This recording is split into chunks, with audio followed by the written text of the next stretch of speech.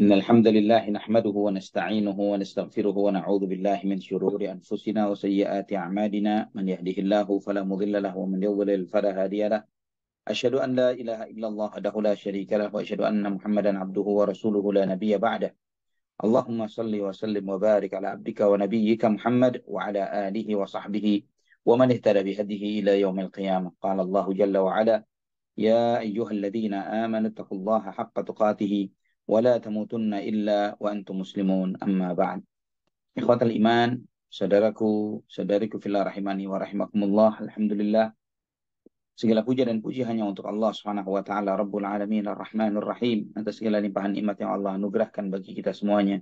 Alhamdulillah, dengan rahmatnya, dengan kasih sayangnya, Allah Subhanahu wa taala perkenankan kita untuk berkumpul di majelis ilmu ini, walaupun kita lakukan secara online, dan sebagaimana dijelaskan oleh banyak para ulama, di antaranya Syekh Shalih bin Fauzan Al-Fauzan hafizahullah. Beliau menjelaskan bahwa hadirnya di halaqah ilmu atau di majelis ilmu walaupun bersifat online itu tetap mendapatkan keberkahan seperti hadir di majelis ilmu secara offline, sesuai dengan kadar perhatian kita dengan majelis ilmu tersebut. Artinya bukan berarti sama 100%. Lah, artinya sama itu adalah ketika antum menghadiri majelis ilmu yang bersifat online ini sebagaimana ketika kita menghadirinya ketika offline, yaitu dengan memperhatikan, dengan menyimak, ya, dengan mungkin antum bisa mencatat hal-hal yang positif di sana, dan juga tidak diselingi dengan hal-hal yang permainan, hal-hal yang sia-sia, yang kurang bermanfaat, atau membuat lalai dari menghadiri majelis ilmu ini, atau dengan sikap-sikap yang kurang terhormat atau kurang menghormati majelis ilmu. Nah, ikhwah fillah rahimani wa rahimakumullah, pada kesempatan sebelumnya kita membaca beberapa surat Rasulullah Sallallahu Alaihi Wasallam kepada para pembesar-pembesar yang diutus oleh Nabi SAW, surat-surat itu kepada mereka. Dan kita membahas tentang salah satunya, yaitu surat Nabi Sallallahu Alaihi Wasallam kepada Heraklius, ya, Raja Romawi Timur, yang ikhwatal iman rahimani wa rahimakumullah, Heraklius ini dengan kecerdasannya dia memanggil Abu Sufyan yang saat itu masih kafir, dan kemudian menanyakan banyak hal tentang Nabi Muhammad SAW kepada Abu Sufyan. Dan hal ini, riwayat ini, ikhwafillah rahimani wa rahimakumullah, adalah riwayat yang sahih yang ada di dalam Sahih Bukhari. Ya, sahih dalam Sahih Bukhari. Dan riwayat ini, ikhwatal iman rahimani wa rahimakumullah, termasuk hadis-hadis pertama yang disebutkan oleh Imam Bukhari rahimahullah di dalam kitab sahihnya. Jika antum membaca kitab Sahih Bukhari, itu diawali dengan bab kitab Bad'il Wahyi, permulaan wahyu. Ya, tentang permulaan wahyu kepada Nabi Muhammad SAW. Dan hadis ini di dalam Sahih Bukhari ada di nomor 7. Jadi betul-betul di awal hadis dalam Sahih Bukhari, di mana Imam Bukhari ingin menyampaikan dan menegaskan kepada para pembacanya bagaimana kenabian itu adalah sesuatu keniscayaan, suatu kebenaran yang memang diturunkan oleh Allah Subhanahu wa taala kepada umat manusia, dan suatu kebutuhan yang dibutuhkan oleh umat manusia di zaman itu, di zaman ini, dan seterusnya sampai akhir zaman. Maka untuk membuktikan akan kebenaran kenabian yang diturunkan oleh Allah Subhanahu wa taala kepada Nabi Muhammad sallallahu alaihi wasallam, maka beliau diberi kebenaran-kebenaran wahyu, diberi kebenaran-kebenaran sifat yang dengan ciri-ciri dan sifat-sifat yang ada pada diri beliau menunjukkan akan kebenaran kenabian Nabi Muhammad sallallahu alaihi wasallam. Sebagaimana di dalam dialog antara Heraklius dan Abu Sufyan. Ikhwafillah rahimani wa rahimakumullah. Setelah terjadi dialog itu, ya, dan kemudian Heraklius melihat atau mendengarkan jawaban-jawaban dari Abu Sufyan, maka dia melihat semua ciri dan karakter yang disampaikan adalah karakter seorang nabi.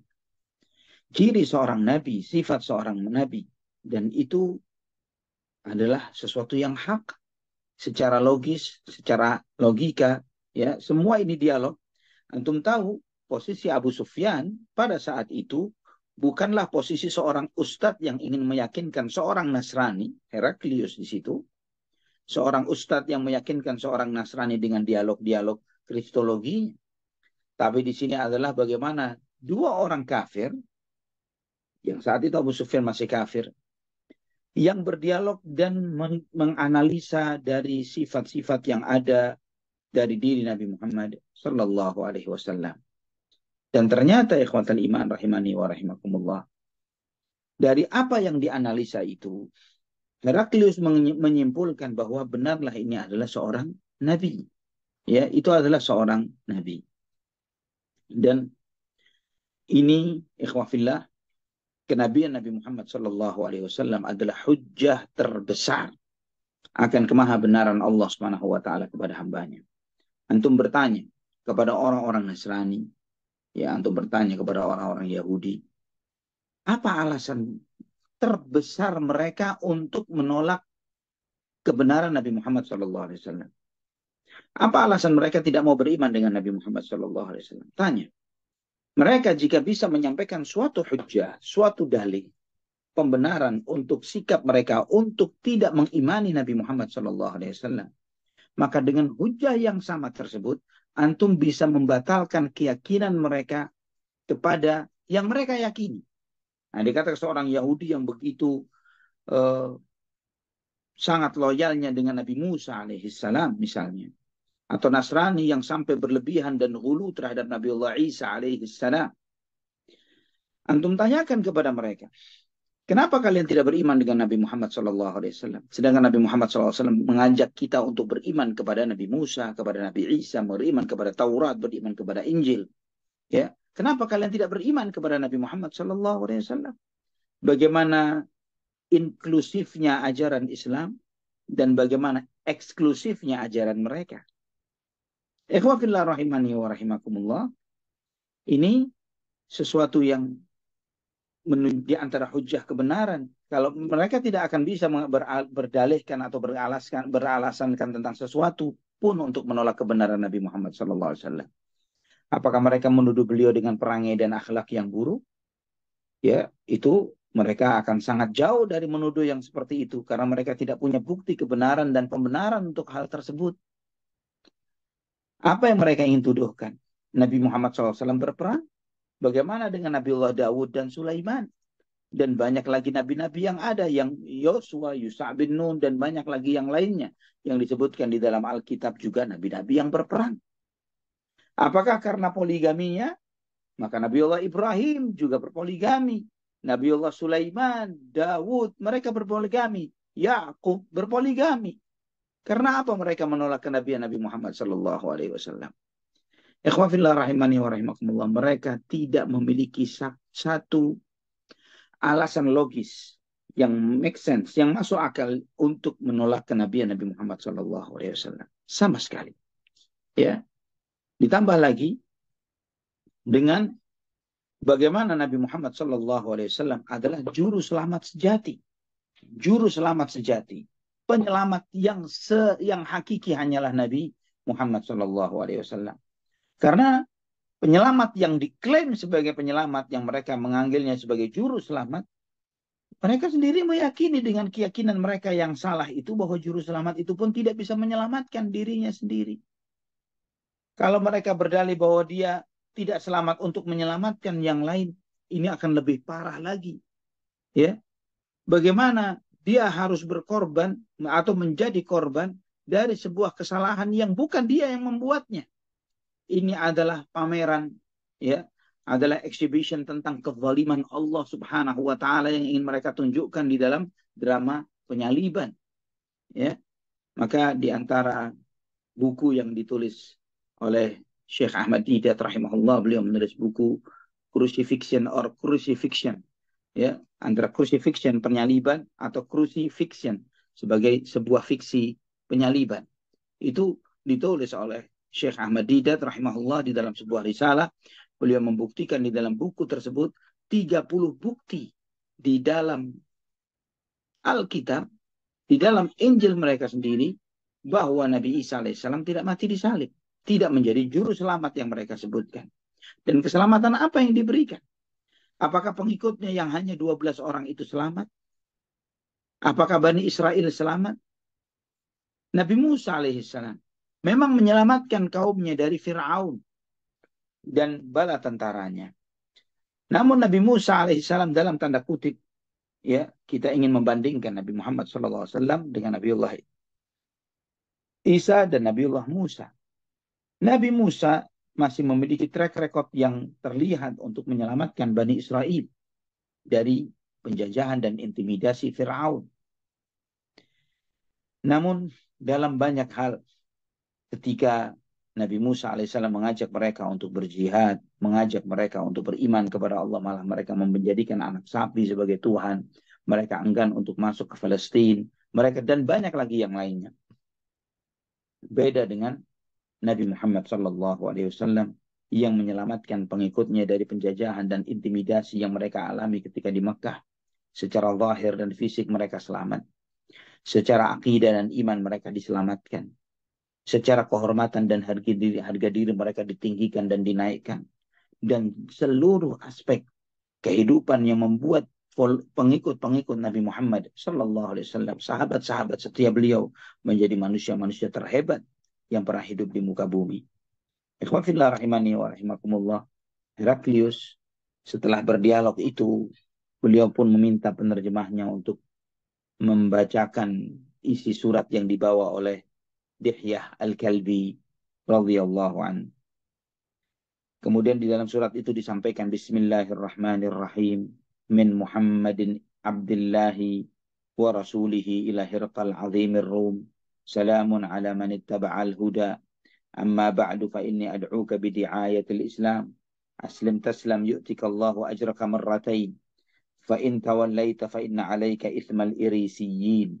وقل يا أهل الكتاب تعالوا إلى كلمة سواء بيننا وبينكم ألا نعبد إلا الله ولا نشرك به شيئا ولا يتخذ بعضنا بعضا أربابا من دون الله فإن تولوا فقولوا اشهدوا بأننا مسلمون. Dengan nama Allah Subhanahu wa taala yang Maha Pengasih dan Maha Penyayang, dari Muhammad hamba Allah dan utusannya kepada Heraklius pembesar Romawi, keselamatanlah bagi yang mengikuti petunjuk. Adapun sesudahnya, sesungguhnya aku mengajakmu dengan seruan Islam. Masuk Islamlah, niscaya kamu akan selamat. Dan Allah akan memberikan kepadamu 2 kali pahala. Namun jika kamu enggan, maka engkau akan menanggung dosa semua rakyatmu, para petani, para nelayan, dan yang lain sebagainya. Kemudian Nabi SAW mengutip firman Allah di surat Ali Imran ayat 64. Katakanlah wahai ahlul kitab, marilah kita kepada kesepakatan yang sama, perkataan yang benar antara kami dan kalian. Yaitu janganlah kita beribadah kecuali hanya Allah. Dan janganlah kita menyekutukannya dengan sesuatu apapun. Dan janganlah menjadikan sebagian kita menjadi Tuhan-Tuhan bagi sebagian yang lainnya selain Allah SWT. Namun dan jika kalian enggan, saksikanlah sesungguhnya kami adalah orang-orang muslim. Ketika dibacakan surat ini kepada Heraklius, Heraklius bergetar. Ya, gemetaran dia. Terlihat pengaruhnya dalam atau di wajah dan sikap gestur tubuhnya Heraklius. Sampai Abu Sufyan melihat hal itu. Ya, selesai membaca apa yang dibacakan, terjadi kegaduhan di sekitar Heraklius. Banyak suara meninggi. Kami pun dikeluarkan. Ya, kami pun dikeluarkan. Dan aku berkata, kata Abu Sufyan, kepada teman-temanku, kepada sahabat-sahabatku, bahwa pengaruhnya Abu Kabsyah ini telah menguat. Ya, Abu Kabsyah yang dimaksud adalah Rasulullah SAW. Ya, yang dimaksud dengan Abu Kabsyah adalah ya, pengaruh dari anaknya Abu Kabsyah. Abu Kabsyah ini adalah suaminya Halimatus Sa'diyah. Ya, pengaruh dari anak Abu Kabsyah ini telah mulai menguat, kata Abu Sufyan, sehingga dia sampai membuat takut bangsa Barat. Ya, orang Romawi ketakutan dengan suratnya. Dan di saat itulah aku mulai merasa keyakinan. Ya, mulai merasa munculnya keyakinan di dalam hatiku akan kebenaran dinul Islam. Kemudian Heraklius menuju ke Hems, ya, salah satu kota di Damaskus di Suriah. Dan dia pun mengumpulkan para uskup-uskupnya di tempat tertutup. Dan kemudian dia memanggil mereka semuanya, menutup pintu itu dan mengunci pintu salah satu tempat ruangan pertemuan seperti itu. Dan kemudian Heraklius menyampaikan kepada uskup-uskupnya, wahai bangsa Romawi, apakah kalian merasa bahwa kalian akan diberikan kemenangan dengan mengikuti Nabi yang mulia ini? Maka terjadi kegaduhan yang luar biasa. Bahkan mereka pun lari meninggalkan tempat pertemuan itu. Dan mereka baru menyadari ternyata pintunya, semua pintu hall itu telah tertutup. Ketika Heraklius melihat bahwa pengikutnya, terutama para uskup itu, enggan untuk menerima agama Islam, maka dia pun mengkhawatirkan kekuasaannya. Dan kemudian dia pun berkata kepada followernya ini, kepada pengikutnya, para uskup-uskup tersebut, kalian kembali kemari. Sesungguhnya aku mengucapkan kalimatku tadi untuk mengajak beriman kepada Nabi ini adalah untuk menguji kekuatan agama kalian. Dan ketika saya melihat kalian begitu teguhnya memegang agama ini, maka aku berterima kasih, kata dia. Ya, maka mereka pun sujud kepada Heraklius dan menerima apa yang disampaikan. Ikhwatal iman rahimani wa rahimakumullah. Dan Heraklius ini memuliakan utusan kaum muslimin, yaitu Dihya. Ya, dan dia mengatakan kepada Dihya, aku ini muslim. Ya, dan itu disebutkan dalam Ibn Hibban dalam sahihnya dengan sanad yang sahih dari Anas bin Malik. Heraklius berkata kepada utusan Rasulullah SAW dengan mengatakan, apakah engkau tidak perhatikan aku mengkhawatirkan kekuasaanku? Maka dia pun mengirim tulisan kepada Rasulullah SAW menunjukkan bahwa dirinya adalah seorang muslim. Dan memberikan beberapa dinar emas kepada Nabi SAW. Maka ketika Nabi SAW disampaikan kepada beliau isi suratnya, Nabi SAW bersabda, kadzaba aduwullahi laisa bimuslimin wa huwa 'ala nasraniyah. Musuh Allah telah berkata bohong. Dia bukan seorang muslim. Dia masih berada di atas agama Kristennya. Ya, dan Nabi SAW membagi dinar yang dibawa oleh Dihya. Di sini ikhwah fillah rahimani wa rahimakumullah menunjukkan kepada kita bahwa pengakuan keislaman dan keimanan itu tidak cukup hanya dengan statement saja. Ya, tidak cukup dengan pengakuan di dalam hati saja. Karena jika klaim pengakuan itu diterima begitu saja, maka otomatis Heraklius adalah seorang muslim. Terlebih dia menyampaikan hal itu kepada salah seorang sahabat Nabi SAW, yaitu Dihya Al-Kalbi radhiyallahu an, yang merupakan utusan Rasulullah SAW. Ikhwatal iman. Dan bahkan Al-Hafidh Ibnu Hajar menyampaikan bahwa di antara penguat yang membuktikan, dalil penguat yang membuktikan bahwa Heraklius tetap di atas agamanya dan lebih mengedepankan kekuasaannya ketimbang iman, yaitu peperangan yang terjadi antara tentaranya nantinya Romawi dengan kaum muslimin pada peristiwa perang Mu'tah, ya, nanti pada tahun ke-8 Hijriyah. Kemudian ikhwatal iman, Nabi SAW mengirim utusannya kepada Kisra. Kisra ini adalah pembesar Persia. Pembesar Persia, dia adalah Kisra. Ikhwatal iman rahimani wa rahimakumullah. Dan Kisra ini gelar raja bagi raja-raja Persia. Adapun Kisra yang dimaksud dalam kisah ini adalah putra dari Barwiz Hurmuz ibn Anshwaran, ya, yang merupakan Kisra terbesar yang ada di zaman itu. Nabi SAW mengutus salah seorang sahabat yang bernama Abdullah bin Hudzafah As-Sahmi.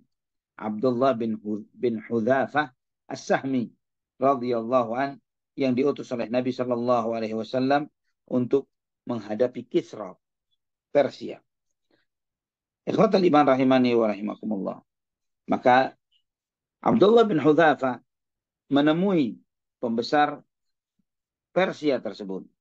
Menemuinya, mengajaknya untuk memeluk Islam, ya, menawarkannya untuk dan mengajaknya untuk dan kemudian surat itu, ya, dibawa melalui tokohnya Bahrain, ya, Al-Munzir ibnu Sawam.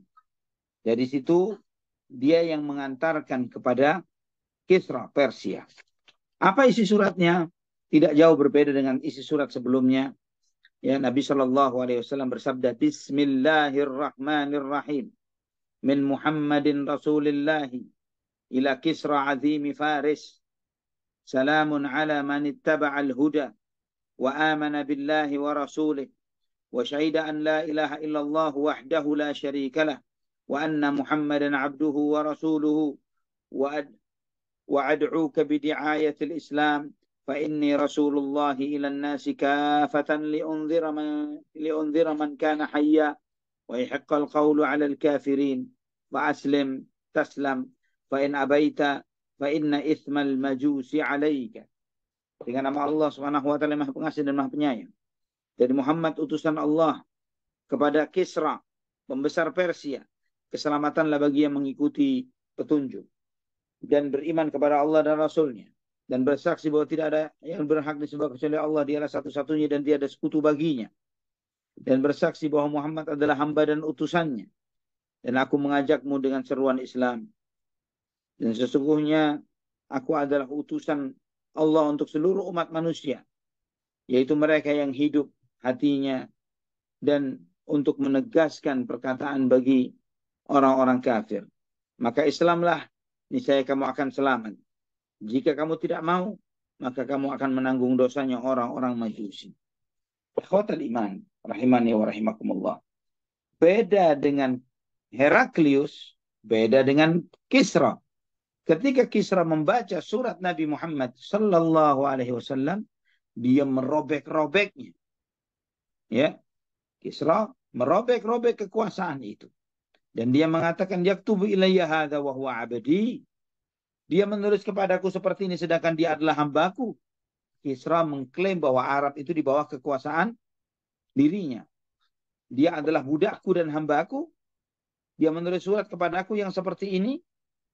Dan Nabi SAW setelah sampai kepada beliau berita bahwa Kisra merobek-robek surat beliau SAW, maka Nabi SAW mendoakan mereka, semoga Allah Subhanahu wa taala merobek-robek mereka. Ya, semoga Allah merobek-robek mereka. Ikhwatal iman rahimani wa rahimakumullah. Maka Kisra pun mengirim surat kepada Badan yang merupakan kaki tangannya dia di negeri Yaman. Dan dia menyampaikan kepada kaki tangannya ini, kirimkan 2 orang yang paling kuat untuk menjemput orang ini, nabi palsu ini. Menurut dia adalah nabi palsu, Nabi Muhammad SAW. Ya, Kisra tidak percaya dengan itu. Dia mengutus 2 orang yang paling kuat untuk menemui Nabi Muhammad SAW di Hijaz, ya, di tanah Arab, di kota Madinah, dan bawa dia kemari. Ya, ini Kisra mintanya Nabi Muhammad SAW ditangkap kepadanya. Maka Badan yang merupakan kaki tangan dari Kisra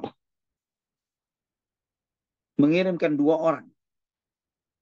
Ya, mengirimkan 2 orang untuk menjemput Nabi Muhammad SAW. Dan bersama 2 orang itu mereka membawa surat. Mereka sampai di kota Madinah. Mereka menemui Nabi Muhammad SAW, 2 orang ini. Dan ikhwatal iman rahimani wa rahimakumullah. Setelah itu suratnya Badan diantarkan kepada Nabi Muhammad SAW, yang isinya adalah surat penangkapan untuk Nabi Muhammad SAW. Itu maunya Kisra, ya, melalui kaki tangan yang bernama Badan. Nabi SAW sampai kepada beliau berita itu, ya, surat yang dibawa. Nabi SAW tersenyum dan mengajak 2 utusan yang datang itu untuk memeluk dinul Islam. Kemudian Nabi SAW bersabda, irji'a anni yaumakuma hadha hatta ta'tiyani al-ghad fa ukhbirukuma bima urid. Ya, Nabi SAW menyampaikan kepada 2 utusan yang menjemput beliau itu, pulang saja dulu kalian hari ini, besok balik lagi. Nanti saya akan menyampaikan apa sikapku terhadap penjemputan kalian ini. Maka besoknya mereka datang. Minta Mbak suruh. Nah, ikhwatal iman rahimani wa rahimakumullah.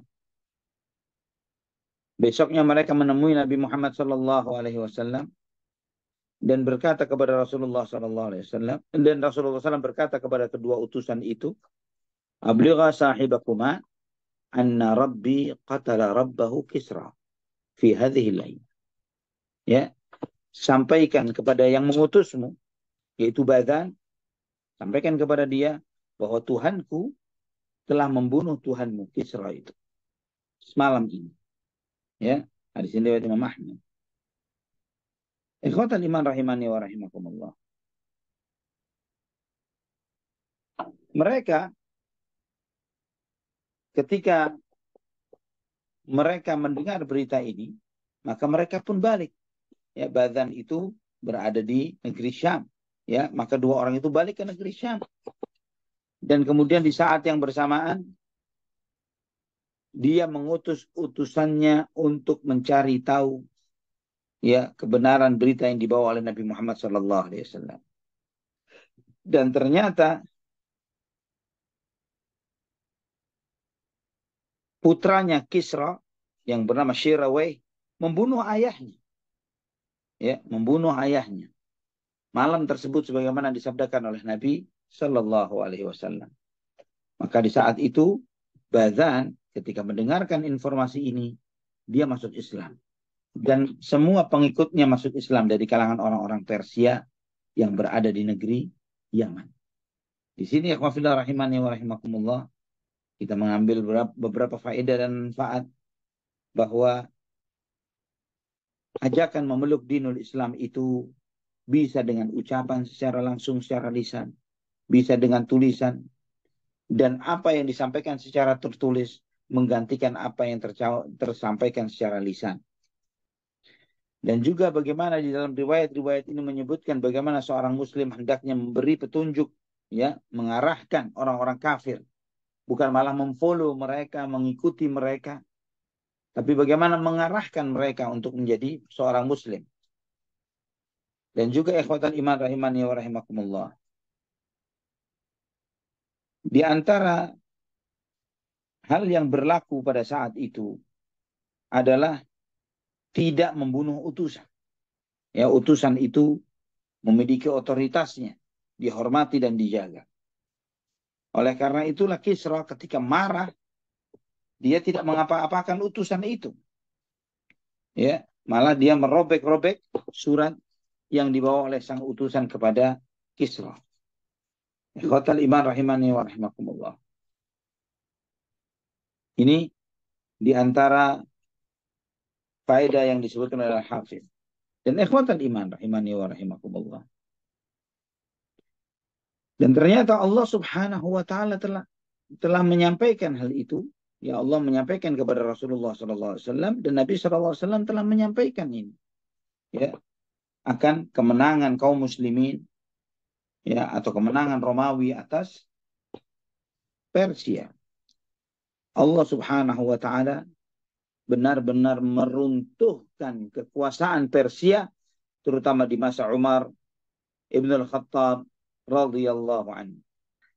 Ya, di masa Umar itu dikuasai oleh kaum muslimin. Ya, Persia, dan kemudian harta kekuasaannya dimiliki oleh umat Islam dan dibagi-bagi untuk jihad fi sabilillah.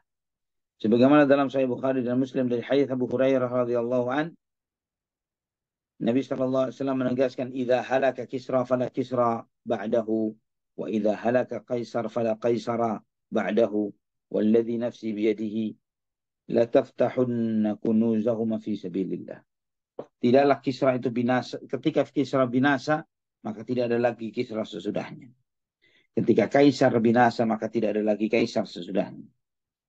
Ya, dan ikhwatal iman, demi Allah kata Nabi, yang jiwaku berada di tangannya, kalian akan memanfaatkan kekuasaan mereka untuk jihad di jalan Allah Subhanahu wa taala. Dan ini terrealisasi dengan benar di masa Umar Ibn al-Khattab radhiyallahu anhu. Ikhwatal iman rahimani wa rahimakumullah. Banyak sekali riwayat yang disebutkan oleh Nabi Shallallahu Alaihi Wasallam akan penguasaan umat Islam atas Kisra Persia. Ya, Dan ikhwah fillah rahimani wa rahimakumullah, di antara riwayat-riwayat di dalam Musnad Imam Ahmad terkait dengan dua utusan yang datang menemui Nabi Muhammad SAW. Dua utusan itu tidak punya janggut. Ada janggutnya dicukur. Dan memelihara kumisnya. Kemudian Nabi SAW bertanya ketika melihat orang-orang itu dengan mencukur janggutnya dan memelihara kumisnya. Nabi mengucapkan, A'udzubillah, aku berlindung kepada Allah. Siapa yang memerintahkan kamu dengan model seperti ini? Maka orang-orang itu Persia ini mengatakan, Rabbi, yang memerintahkan kepadaku adalah Tuanku atau Tuhanku. Ya. Dan Nabi SAW menyampaikan, adapun kami diperintahkan oleh Tuhan kami untuk memelihara janggut dan mencukur dan memotong kumis. Ikhwatal iman rahimani wa rahimakumullah.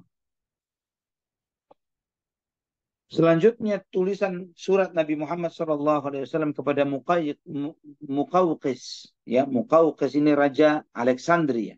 Ya, Raja Alexandria. Yang diutus oleh Nabi SAW adalah seorang sahabat yang bernama Hatib bin Abi Balta'ah radhiyallahu anhu. Untuk menghadap kepada Muqawqis ini tadi. Ya, penguasa Alexandria. Yang bernama Muqawqis ini juga gelar yang bernama Juraij bin Mina. Untuk memeluk dinul Islam. Ya, Nabi SAW mengirim surat kepadanya, mengajaknya untuk memeluk dinul Islam. Di dalam suratnya disebutkan, Bismillahirrahmanirrahim. Min Muhammadin abdillahi wa rasulih. Ila al-Muqawqis azimil qibd. Salamun ala man ittaba'al huda. Amma ba'd fa inni ad'uka bidi'ayatil Islam. Aslim, taslam, wa aslim, yu'tika Allahu ajraka marratain. فإن توليت فإن عليك إثم القبط قل يا أهل الكتاب تعالوا إلى كلمة سواء بيننا وبينكم ألا نعبد إلا الله ولا نشرك به شيئا ولا يتخذ بعضنا بعضا أربابا من دون الله فإن تولوا فقولوا اشهدوا بأننا مسلمون. Ya, dengan nama Allah yang Maha Pengasih dan Maha Penyayang, dari Muhammad hamba dan utusan Allah kepada Muqawqis pembesar Romawi, keselamatan bagi yang mengikuti petunjuk. Adapun sesudahnya sesungguhnya aku mengajakmu dengan seruan Islam. Masuk Islamlah niscaya kamu akan selamat. Masuk Islamlah niscaya kamu akan mendapatkan pahala 2 kali. Dan jika kalian tidak mau, ya, maka kamu akan menanggung dosanya orang-orang Mesir. Itsmul Qibt, dosanya orang-orang Qibti, orang-orang Mesir. Allah berfirman, "Qul ya ahlal kitab, ta'alau ila kalimatin sawa'in bainana wa bainakum." Katakanlah wahai ahlul kitab, marilah kita kepada kalimat yang benar antara kami dan kalian, yaitu tidak menyembah Allah saja, tidak menyembah kecuali hanya kepada Allah saja. Dialah satu-satunya dan dia ada sekutu baginya. Ya. Dan janganlah kita menjadikan sebagian kita sebagai Tuhan-Tuhan yang disembah selain Allah Subhanahu wa taala. Dan jika kalian enggan, maka saksikanlah sesungguhnya kami adalah muslim. Ikhwatal iman. Setelah Muqawqis membaca surat ini, ya, pembesar Al-Iskandaria atau Alexandria, Mesir, dia membaca surat ini, dia cium surat tersebut, dan dia memuliakan Hatib bin Abi Balta'ah, utusan ini, dia hormati dengan baik, dan dikumpulkan lagi dengan mengumpulkan uskup Alexandria. Dan kemudian Muqawqis mengatakan, aku ingin menyampaikan menyampaikan kepadamu dengan suatu ucapan, dan aku ingin kamu memahaminya. Kemudian Hatib menyampaikan, silahkan bicara. Kemudian dia ditanya, akhbirni an sahibika alaysa huwa nabi. Sampaikan kepadaku, benar nggak dia katanya nabi? Maka dijawab oleh Hatib bin Abi Balta'ah, bala huwa Rasulullah sallallahu alaihi wasallam. Benar, dia memang utusan Allah Subhanahu wa taala. Kemudian ditanya lagi. Famalahu haitsu kana hakadha wa lam yad'u ala qaumihi haitsu akhrajuhu min baladihi ila ghairiha. Kenapa dia dengan kondisi yang seperti ini, dia tidak mendakwahi kaumnya yang telah mengusirnya, ya, yang telah mengusirnya dari tempat tinggalnya. Harusnya dia dakwah ke sana sebelum ke sini. Ya, secara logika manusia seringkali hal ini dijadikan hujah untuk tidak mau diperbaiki oleh orang lain. Maka ikhwafillah, dijawab oleh Hatib bin Abi Balta'ah, bukankah engkau bersaksi bahwa Isa adalah utusan Allah Subhanahu wa taala? Ya. Kemudian kenapa ketika Nabi Isa alaihissalam ingin ditangkap oleh kaumnya dan ingin membunuhnya,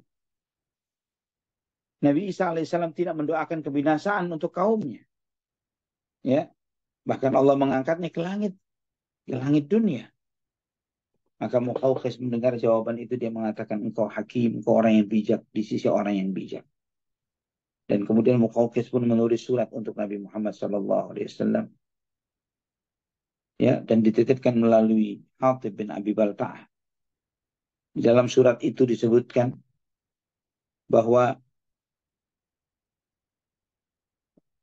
di dalam suratnya Muqawqis, dia menyebutkan, saya telah membaca surat dan aku memahami maksudnya, ya, di dalam surat tersebut, dan apa yang menjadi dakwahmu, dan aku meyakini sesungguhnya akan ada seorang nabi yang akan muncul, dan aku mengira bahwa dia akan muncul dari negeri Syam,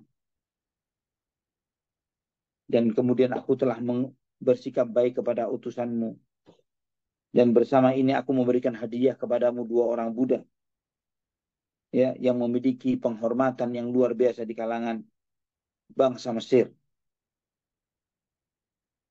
Ikhwatal iman, dan juga aku hadiahkan kepadamu kiswah kepada Rasulullah SAW, bagal. Ya, bagal ini salah satu kendaraan, ya, seperti keledai atau perpaduan antara keledai dan kuda. Dan dia pun menyebutkan nama bagalnya itu. Ikhwatal iman rahimani wa rahimakumullah. Ini yang dilakukan oleh Muqawqis. Dia tidak melakukan hal-hal yang ekstra lain. Bahkan dia tidak masuk Islam. Ya, maka baliklah Hatib ke kota Madinah dan menyampaikan apa yang dialaminya kepada Rasulullah SAW. Dan Nabi SAW menyampaikan, dhannal khabithu bimulkih. Orang buruk itu kikir dengan kekuasaannya. Wala baqa'a limulkihi. Dan kekuasaan dia tidak akan langgeng. Ya. Dan kemudian Nabi SAW menerima hadiah dari Muqawqis. 2 orang budak yang satu bernama Maria, dan yang satu lagi saudara perempuan yang bernama Sirin. Ya. Ini Maria ini adalah ibunya Ibrahim, salah seorang anak Nabi Muhammad SAW. Al-Imam At-Tabrani meriwayatkan dalam Syarah Mushkilul Athar dengan sanad yang hasan dari Abdurrahman ibn Abdul Qari. Beliau menyampaikan, ya, bahwa Nabi SAW mengutus Hatib bin Abi Balta'ah kepada Muqawqis, pemimpin di Alexandria atau Iskandaria, ya, dengan membawa surat yang beliau bawa. Maka Muqawqis mencium suratnya, memuliakan Hatib dan menghormatinya dengan baik. Kemudian setelah itu melepaskan dia pergi untuk pulang kepada Nabi SAW, dan kemudian menghadiahkan melalui Hatib ini sebuah kiswah, ya, dan juga bagal, ya, bagal tadi itu. Adapun 2 orang budak, ya, dengan 2 orang budak, yang pertama adalah ibunya Ibrahim, anak Nabi Muhammad SAW nantinya. Adapun yang lain, yang satu lagi dihadiahkan oleh Nabi SAW kepada Jaham bin Qais al-Abdari radhiyallahu anhu. Ya, dan itu yang nantinya istrinya ini, budak yang dari Mesir ini, dia dipanggil dengan Ummu Zakaria, ya, karena anaknya ada yang bernama Zakaria bin Jaham yang menjadi penggantinya Amr ibn al-As ketika di Mesir. Ikhwatal iman rahimani wa rahimakumullah.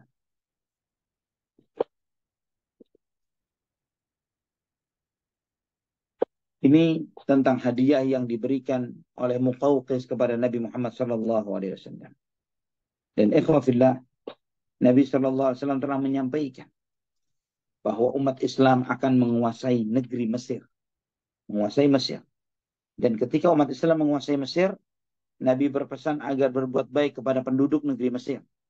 Sebagaimana dalam Sahih Muslim dari hadits Abu Dzar radhiyallahu an, Nabi SAW bersabda, "Innakum sataftahuna Misra wa hiya ardun yusamma fiha al-Qirat, فإذا فتحتموها فأحسنوا إلى أهلها فإن لهم ذمة ورحمة.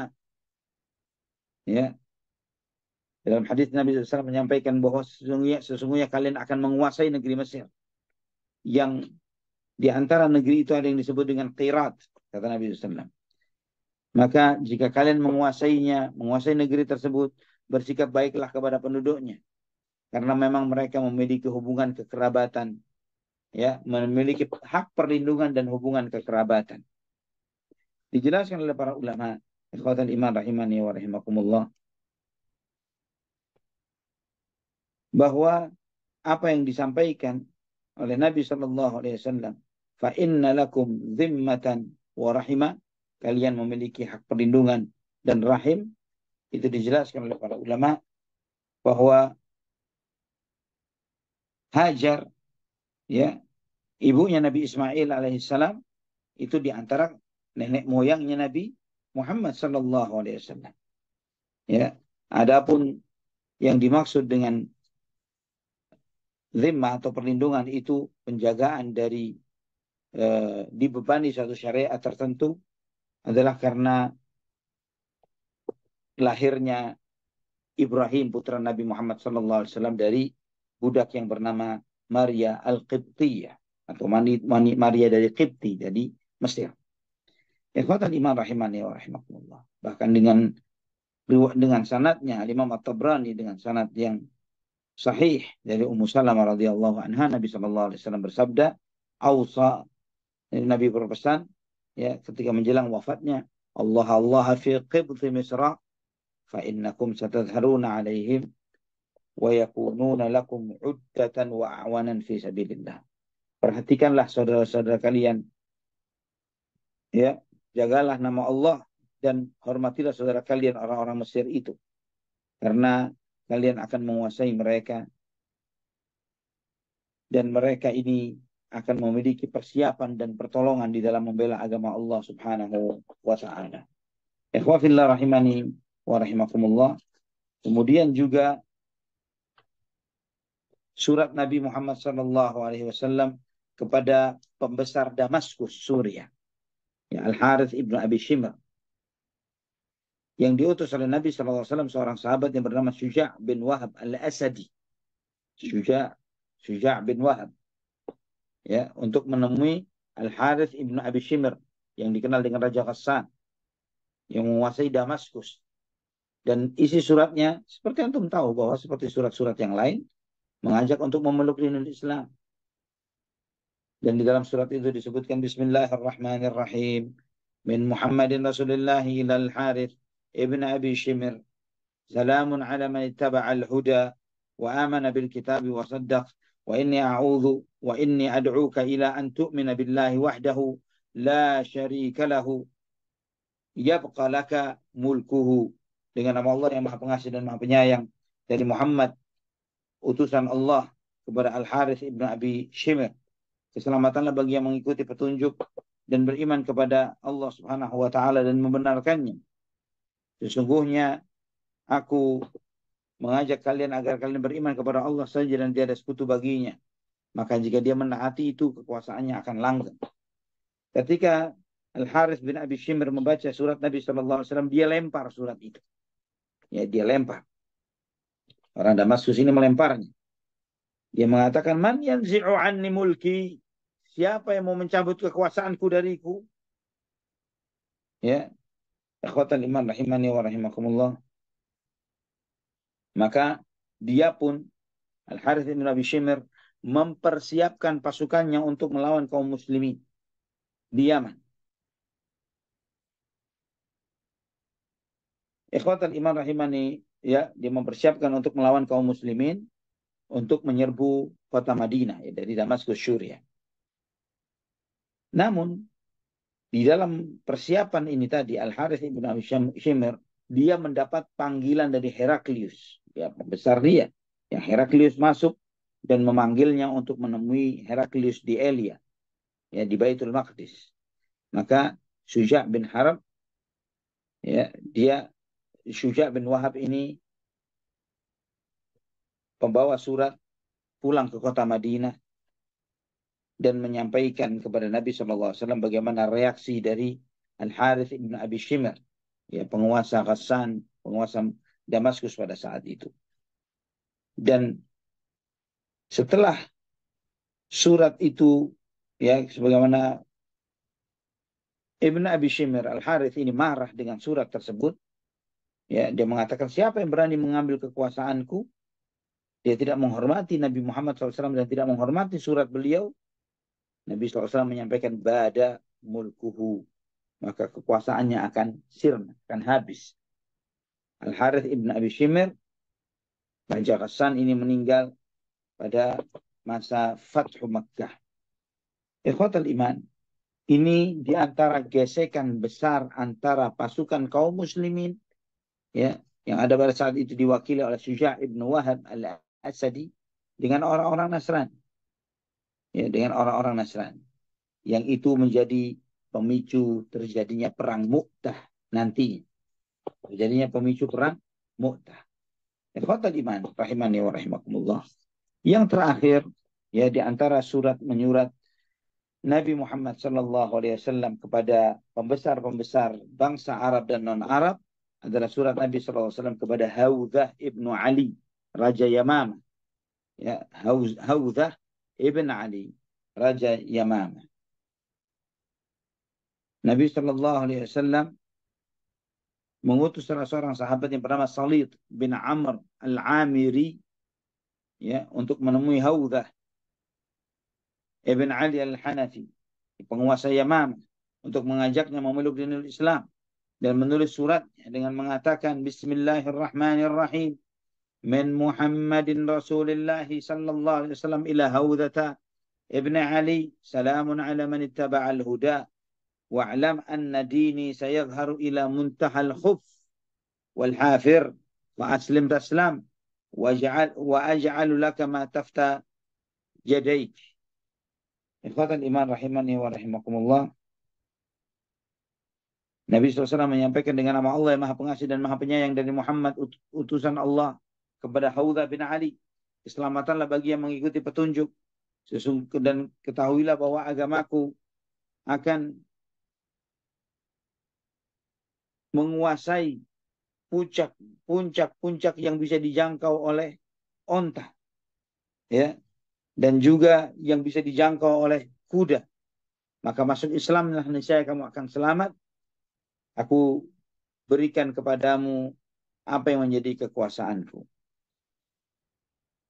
Ikhwatal iman, aj'al laka ma tahta yadaik. Jadi maksudnya Nabi SAW, ketika kamu masuk Islam, maka kekuasaanmu akan langgang untukmu.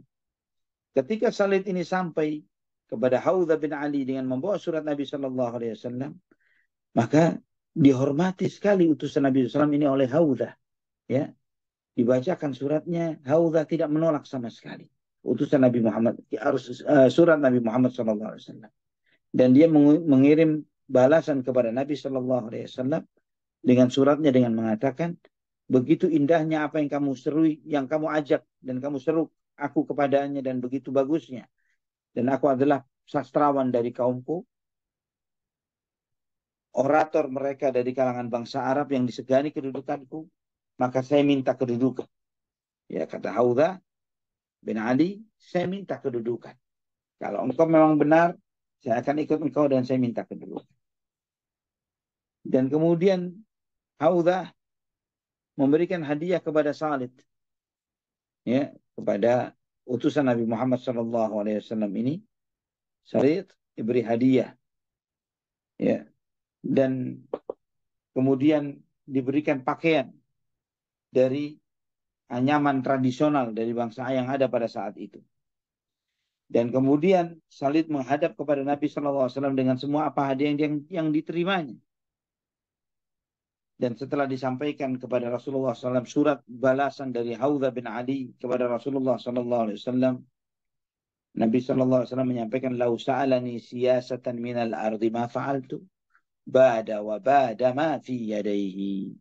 Kata Nabi SAW, andai kata dia meminta politik di muka bumi, aku tidak sanggup. Ya, dia binasa dan binasa semua apa yang ada di tangannya. Maka kita melihat ikhwatal iman di dalam sirah bahwa Haudha bin Ali Al-Hanafi, tokoh dari Bani Hanifah ini, meninggal dunia sepulangnya Nabi Muhammad SAW dari peristiwa Fathu Makkah. Inilah 6 surat yang dikirim oleh Nabi SAW melalui utusan-utusan beliau pada hari yang sama. Jadi 6 surat itu dibuat di berapa hari? Hari yang sama. Ya, yaitu di bulan Muharram tahun 7 Hijriyah. Dan juga Nabi SAW juga mengirim surat-suratnya kepada pembesar yang lainnya. Pembesar Oman, Bahrain, Yaman. Ya, nah, ikhwatal iman yang perlu kita perhatikan. Kita melihat beberapa faedah yang luar biasa dari surat menyurat Nabi Muhammad SAW. Yaitu yang pertama, bagaimana jiwa para sahabat, ya, jiwa para sahabat radhiyallahu anhum yang mereka dengan tegarnya dan berani menghadapi pembesar-pembesar dunia pada saat itu, walaupun dengan kesederhanaan fisik dan diri mereka. Juga bagaimana di dalam surat menyurat itu selalu dipilihkan kata-kata yang sesuai untuk semua, yang sangat berdampak kepada emosional. Ya, kita melihat ikhwatal iman rahimani wa rahimakumullah, sebagaimana juga kita melihat bahwa orang-orang yang dikirim surat itu dari Nabi Muhammad SAW, semuanya menghormati utusan Rasulullah SAW. Tidak ada satupun utusan itu yang dibunuh. Ya, tidak ada satupun utusan itu yang dibunuh. Mereka semuanya menyampaikan utusan ini, menyampaikan surat, dan utusan itu tidak diapa-apakan oleh musuh-musuh dalam tanda kutip pada saat itu, musuh-musuh Rasulullah Sallallahu Alaihi Wasallam. Sama sekali mereka tidak melecehkan utusan-utusan tersebut. Dan ikhwatal iman rahimani wa rahimakumullah, para sahabat pun yang membawa surat-surat ini, mereka memiliki keyakinan yang kokoh terhadap dinul Islam. Maka dengan keyakinan kokoh itu dan dengan kecerdasan mereka, mereka bisa mematahkan argumen dan lawan-lawan yang argumen dari para lawannya di dalam berdialog ketika mereka menanyakan tentang kebenaran Nabi Muhammad SAW dan menegaskan tentang kebatilan agama mereka. Ikhwatal iman rahimani wa rahimakumullah. Ini suatu hal yang luar biasa di antara pelajaran peradaban dari bangsa jahil, bangsa awal-awal Islam, bagaimana bangsa Barat, ya, bahwa mereka, ya, dan semua utusan-utusan ini dari Ghassan, dari Kisra, Kaisar, semuanya mereka memuliakan utusan Nabi Muhammad SAW, dan mereka semuanya memperhatikan akan munculnya Nabi yang baru muncul ini tadi. Itu menjadi suatu concern yang luar biasa bagi mereka, sehingga mereka melakukan hal ini, yaitu dengan menghormati utusan Nabi Muhammad SAW, tidak diapa-apakan, walaupun dengan tuntutan yang menurut mereka begitu besar. Mereka harus mengorbankan kekuasaan mereka demi untuk mereka harus mempertahankan kekuasaan mereka dan mempertahankan kekuasaan dan mengorbankan dinul Islam. Ini yang ada di antara orang-orang yang menerima surat dari Nabi Muhammad SAW. Allahul musta'an, wala hawla wala quwwata illa billah. Dan ikhwatal iman rahimani wa rahimakumullah, nanti pada pertemuan yang berikutnya kita akan melihat, ya, di antara riwayat, ya, bagaimana pengaruh orang-orang Yahudi terhadap Nabi Muhammad sallallahu alaihi wasallam. Nantinya, ya, di dalam peristiwa itu, ya, di dalam perjalanan pulang Nabi Shallallahu Alaihi Wasallam di bulan Dzulhijjah, ya, dan ketika memasuki bulan Muharram itu, di saat itulah ada seorang Yahudi yang berupaya untuk menyihir Nabi Muhammad Shallallahu Alaihi Wasallam. Yang itu nantinya insya Allah akan menjadi pembahasan kita, ya, ketika Rasulullah Shallallahu Alaihi Wasallam disihir oleh seorang Yahudi. Allahul musta'an, wala haula wala quwwata illa billah. Sampai di sini ikhwafillah. Silahkan jika ada yang ditanyakan. Barakallahu fiikum. Baik, Masya Allah. Barakallahu fiik ya Ustazuna. sangat menarik sekali cerita-cerita ataupun juga sejarah-sejarah bagaimana dakwah Nabi SAW pada orang-orang eh, kafir, kemudian juga menarik untuk mengajak hijrah menjadi Islam. Dan ini pelajaran-pelajaran yang dapat kita ambil juga di kehidupan kita sehari-hari. Jemaah sekalian rahimanirakumullah, alhamdulillah kita sudah sampai ke sesi kedua, sesi tanya jawab.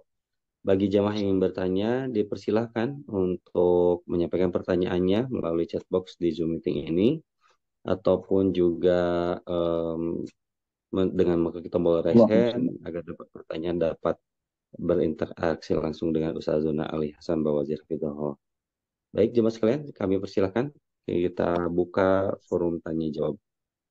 Yang pertama ini ada pertanyaan dari Ukti Ai atau AL mungkin. Salam. Assalamualaikum.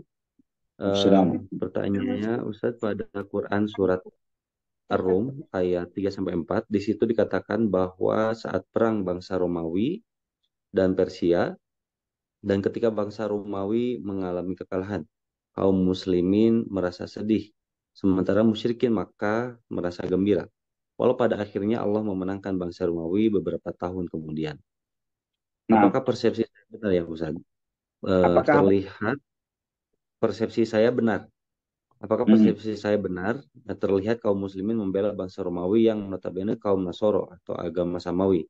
Lain halnya dengan bangsa Persia yang beragama Majusi alias penyembah berhala. Mohon pencerahannya Ustaz. Syukur jazakumullah barakallahu khairan. fikum. Masya Allah. Nah, apa yang antum pikirkan itu benar terkait dengan bahwa apa yang menyebabkan sedihnya umat Islam atau sedihnya kaum muslimin dengan kekalahan bangsa Romawi adalah karena Romawi itu identik sebagai ahlul kitab atau yang menerima kitab suci. Yang mereka Romawi ini beriman dengan para nabi dan para rasul. Sebagaimana kita beriman kepada nabi-nabi tersebut. Ya, itu yang membuat perasaan dekatnya umat Islam dengan bangsa Romawi pada saat itu. Dan seringkali memang, ya seringkali terjadi dialog antara kaum muslimin dengan orang-orang musyrikin Quraisy, ya, dan dialog itu ya musyrikin Quraisy merepresentasi bangsa atau orang-orang musyrik yang itu identik dengan atau serupa dengan orang-orang Persia, beda dengan orang-orang Romawi. Maka Kisra lah yang merasa dirinya sebagai tuannya Hijaz atau tuannya bangsa Arab. Karena dia mengira bahwa mayoritas yang ada di bangsa Arab itu identik dengan agamanya, yaitu agama syirik. Wallahu a'lam bishawab. Memang benar bahwa kesedihan itu uh, terkait dengan hal tersebut, dan demikian pula adapun terkait dengan sebaliknya yang perlu Anda tegaskan tentang kemenangan atau kebahagiaan, wa yauma idzi yafrahul mu'minuna binasrillah, dan ketika di tahun kemenangan Romawi atas Persia nantinya, itu pada saat itu kaum mukmin akan bergembira dengan pertolongan Allah Subhanahu wa taala. Antum bisa membaca dalam beberapa peristiwa bahwa kegembiraan umat Islam itu bertepatan dengan kemenangan kaum muslimin di perang Badar. Allah a'lam bishawab. Baik, Masya Allah. Terima kasih atas penjelasannya Ustaz Adi. Untuk selanjutnya kami persilahkan, masih ada waktu bagi jemaah yang ingin bertanya. Boleh pertanyaannya disampaikan melalui chat box ataupun juga mengklik tombol raise hand agar pertanyaannya dapat disampaikan langsung secara interaktif. Dari Umu Amr barangkali ada titipan pertanyaan dari jemaah di Amerika maupun juga di Kanada.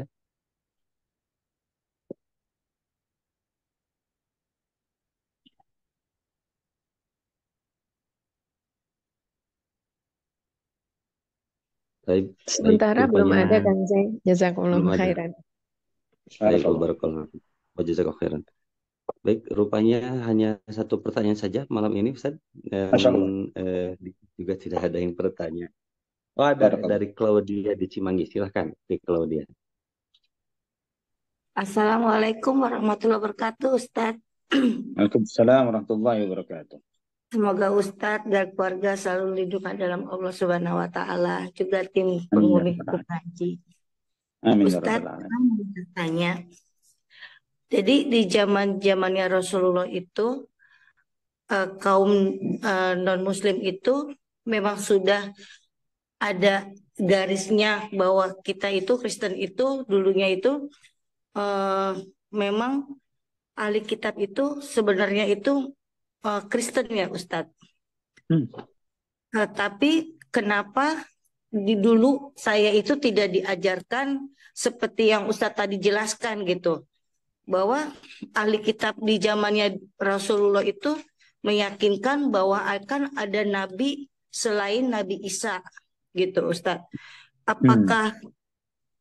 Apakah pendeta-pendeta sekarang itu mereka tahu atau bagaimana ya Ustadz? Mohon Ya, penjelasannya Ustadz. baik. Barakallahu fiik. Nah, iya. Apakah para pendeta saat ini mengetahui akan kenubuatan Nabi Muhammad SAW? Jawabannya mayoritas tidak tahu. Mayoritas mereka tidak mengetahui.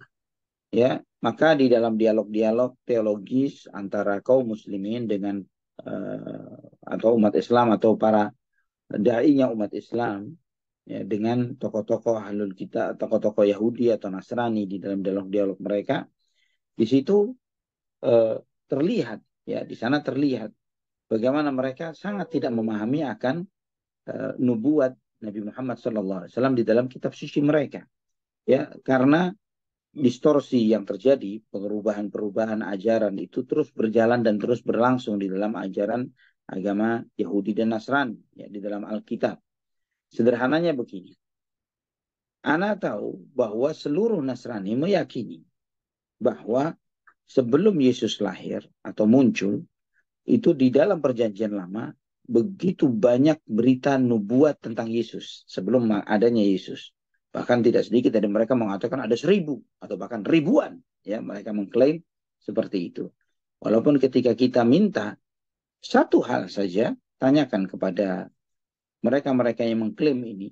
Ya, walaupun Anda tidak memungkiri, mungkin memang benar ada nubuat-nubuat akan datangnya Nabi Isa alaihissalam sebelum Nabi Isa alaihissalam terlahir. Namun yang ditanyakan kepada mereka adalah sebutkan satu saja dari nubuat-nubuat yang tertera atau yang disebutkan itu, satu saja yang dengan eksplisit menyebutkan nama Yesus atau Nabi Isa alaihissalam. Jawabannya tidak ada, ya kan? Tidak ada satupun nubuat itu mengatakan bahwa nanti akan lahir seorang nabi namanya Isa atau Yesus. Sama sekali tidak akan pernah ada. Ya, tapi kemudian pertanyaan selanjutnya, jika tidak ada satupun yang nama yang menyebutkan akan nubuat Nabi Isa alaihissalam atau Yesus di perjanjian lama sebelum lahirnya beliau, pertanyaannya dari mana mereka tahu bahwa itu nubuat untuk Nabi Muhammad, untuk Nabi Isa atau Yesus? Dari mana mereka mengetahuinya? Maka jawabannya adalah mereka akan menyampaikan dari karakter atau ciri-ciri yang tersampaikan. Nah, dengan cara yang serupa, kita masih bisa membuktikan, dengan cara yang serupa, kita bisa masih membuktikan kepada mereka bahwa di dalam Alkitab mereka yang sudah dirubah-rubah ini pun, ya, dengan perubahan banyak bahasa juga, masih bisa kita tunjukkan begitu banyak nubuat kenabian Nabi Muhammad SAW di dalam kitab suci mereka, baik di perjanjian lama maupun di perjanjian baru. Wallahu a'lam bishawab. Syukran Ustadz. Afwan. Baik, Masya Allah, pertanyaan yang sangat bagus sekali dari Ukhti Claudia. Silakan barangkali jemaah ada yang ingin menyampaikan pertanyaan tambahan. Silakan Ummu Amar. Ya, Alhamdulillah. Jazakumullahu khairan. Ustadz, ini ada yang bertanya. Baik. Assalamualaikum warahmatullahi wabarakatuh. Waalaikumsalam Ustadz, warahmatullahi kita wabarakatuh. mengenal bahwa Rasulullah SAW tidak bisa membaca dan tidak bisa menulis. Ya. Lantas siapa sahabat yang menuliskan surat-suratnya Rasulullah SAW? Mungkin Allah Ustadz ibarat. bisa membantu. Jazakumullahu Nah, khairan. barakallahu fiik. Jazakallahu khair. Banyak sekali juru tulis Nabi Muhammad SAW. Di antaranya Ali bin Abu Thalib radhiyallahu an, Zaid bin Thabit radhiyallahu an, dan banyak. Ya, jika ingin tahu daftar nama lengkapnya ada di dalam kitab Zadul Ma'ad, ya, atau di dalam kitab Asy-Syama'il Al-Muhammadiyah, ya, terutama dalam kitab Zadul Ma'ad disebutkan para penulis-penulis Nabi Muhammad SAW. Memang benar Nabi Muhammad SAW tidak bisa baca tulis. sehingga beliau hanya stempel, ya, menstempel dengan cincin yang ada di tangan beliau Shallallahu Alaihi Wasallam. Adapun menulisnya adalah dilakukan oleh para sahabat yang lain. Wallahu a'lam bishawab. Ya Ustaz, jazakumullahu khairan. Jazakallahu khair.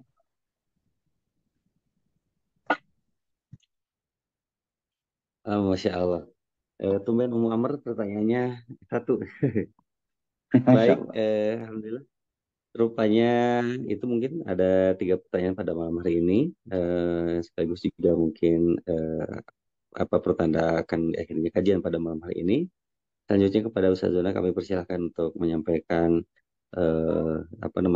akhir kalam di pertemuan pada malam hari ini. Silakan Ustaz. Naam, barakallahu fikum. Ikhwan fillah rahimani wa rahimakumullah. Insyaallah pembahasan kita berikutnya terkait dengan peristiwa yang terjadi di tahun ke-7 ini adalah ketika seorang Yahudi menyihir Rasulullah Sallallahu Alaihi Wasallam. Itu tema materi kita yang akan datang. Bagaimana seorang Yahudi berusaha untuk menyihir Nabi kita Muhammad bin Abdullah Sallallahu Alaihi Wasallam. Itu akan semakin menunjukkan akumulasi kezaliman dan kejahatan mereka, ya, dan bahwa mereka ini kejahatan yang mereka lakukan terhadap nabi-nabi dari Bani Israel sangat gamblang, sangat jelas, ya. Dan keyakinan bahwa Nabi Isa alaihissalam mati, dibunuh, itu adalah dari ide gagasan Yahudi yang memang berupaya untuk membunuh beliau. Namun Allah Subhanahu wa taala menepis makar mereka itu dengan menegaskan wa ma qataluhu wa ma salabuhu walakin syubbiha lahum wa ma qataluhu yaqina. Mereka tidak membunuhnya, mereka tidak menyalibnya, namun diserupakan oleh Allah Subhanahu wa taala untuk mereka. Ya, mereka tidak memiliki keyakinan bahwa mereka telah membunuh Nabi Isa alaihi salam. Dan juga ikhwan fillah rahimani wa rahimakumullah, termasuk juga di dalam pelajaran kita pada kajian malam ini dan juga malam sebelumnya terkait dengan surat menyurat Rasulullah sallallahu alaihi wasallam, di situ mengandung banyak pelajaran yang luar biasa dari Nabi kita, dari surat-surat Nabi kita Muhammad sallallahu alaihi wasallam, yang diantaranya adalah menyampaikan kebenaran itu tidak harus melihat seberapa kuat atau lemahnya diri kita. Ya, bahwa Nabi SAW ketika berani menyampaikan kepada Kisra, Kaisar, dan yang lain sebagainya, itu semuanya Rasulullah SAW sangat tahu bahwa jika bicara kekuatan militer, kekuatan persenjataan, maka umat Islam belum ada artinya dibandingkan Kaisar Romawi dan bala tentaranya, dan Kisra Persia dan bala tentaranya, dan yang lain-lainnya, Ghassan di Syam, dan banyak lagi yang lain yang telah kita bahas ini. Ya, namun itu tidak menyebabkan Nabi Shallallahu Alaihi Wasallam tidak mendakwahi mereka, ya, tidak membuat itu, dan tetap Nabi Shallallahu Alaihi Wasallam terus mendakwahi mereka, mengajak mereka untuk memeluk dinul Islam, dan itulah semestinya kita, ikhwafillah rahimani wa rahimakumullah, ini semuanya memberikan semangat kepada kita untuk terus berdakwah, terus mengajak kepada kebajikan dan kebaikan, dan jangan pernah surut dan kendur hanya karena merasa diri kita lemah. Ya, karena sifat lemah atau sikap lemah ini bukanlah sifat yang ada pada diri seorang muslim. Wallahu a'lam bishawab. Barakallahu fiikum. Barakallahu fiikum. Jazakallahu khairan ya Ustaz Zona untuk penjelasannya, dan insya Allah semakin menarik